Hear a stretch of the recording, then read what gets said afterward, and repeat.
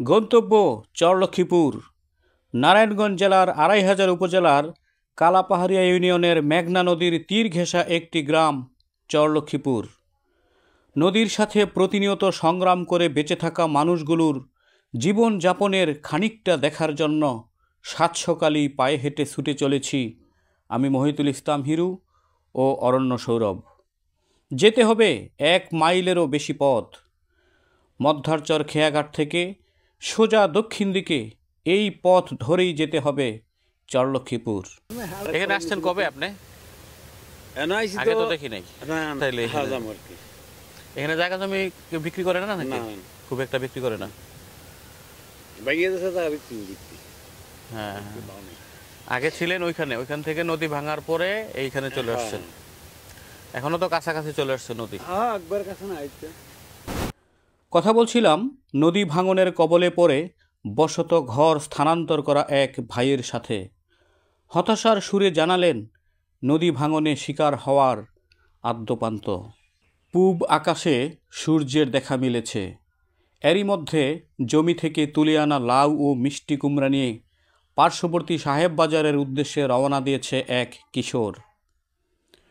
মাথা থেকে বোঝা নামিয়ে দেখলাম বেশ কয়েকটি কচি লাউ ও তাজা মিষ্টি কুমড়া।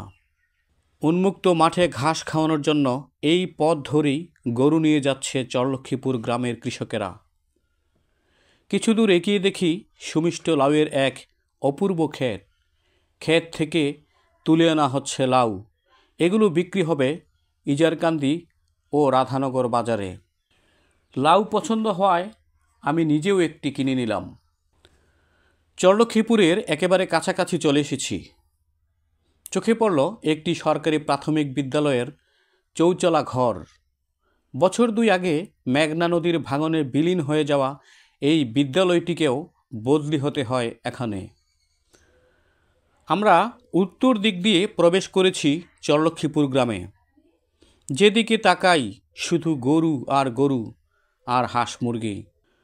গরু পালন, হাঁস মুরগি পালন, সবজি চাষ আর মাছ ধরাই যেন এখানকার মানুষের জীবন জীবিকার প্রধান উৎস।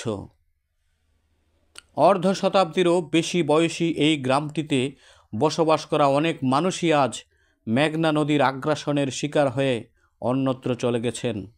যারা আছেন তাদের চোখে মুখেও স্বপ্ন ভাঙার ছাপ। নদীভিত্তিক জীবন ব্যবস্থায় বেশ সুখী শান্তিতেই ছিলেন তারা। ভয় শুধু নদী ভাঙনের।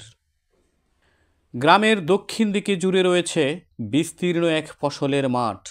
এখানকার মাটি বেশ উর্বর। মিষ্টি আলু, চীনাবাদাম সহ হরেক রকম মৌসুমি ফসল ফলে এখানে। চরলক্ষ্মীপুর গ্রামের এই পলিমাটির চর, যেখানে বিভিন্ন রকম ফসল উৎপন্ন হয়ে থাকে, এবং আমরা এই মুহূর্তে একটা চাষ করা জমিতে আসছি। আমরা যে মাটিগুলো দেখতে পাচ্ছি, মাটি কি চমৎকার মাটি, দেখতেই বোঝা যাচ্ছে যে এখানে এই মাটি কত উর্বর এবং এখানে কত ফসল উৎপন্ন হবে। চমৎকার সুন্দর এই মাটি, এই মাটির ঘ্রাণ দারুণ সুন্দর। এখানকার মিষ্টি আলু খেতে যেমন সুস্বাদু, তেমনি আকারেও বেশ বড়।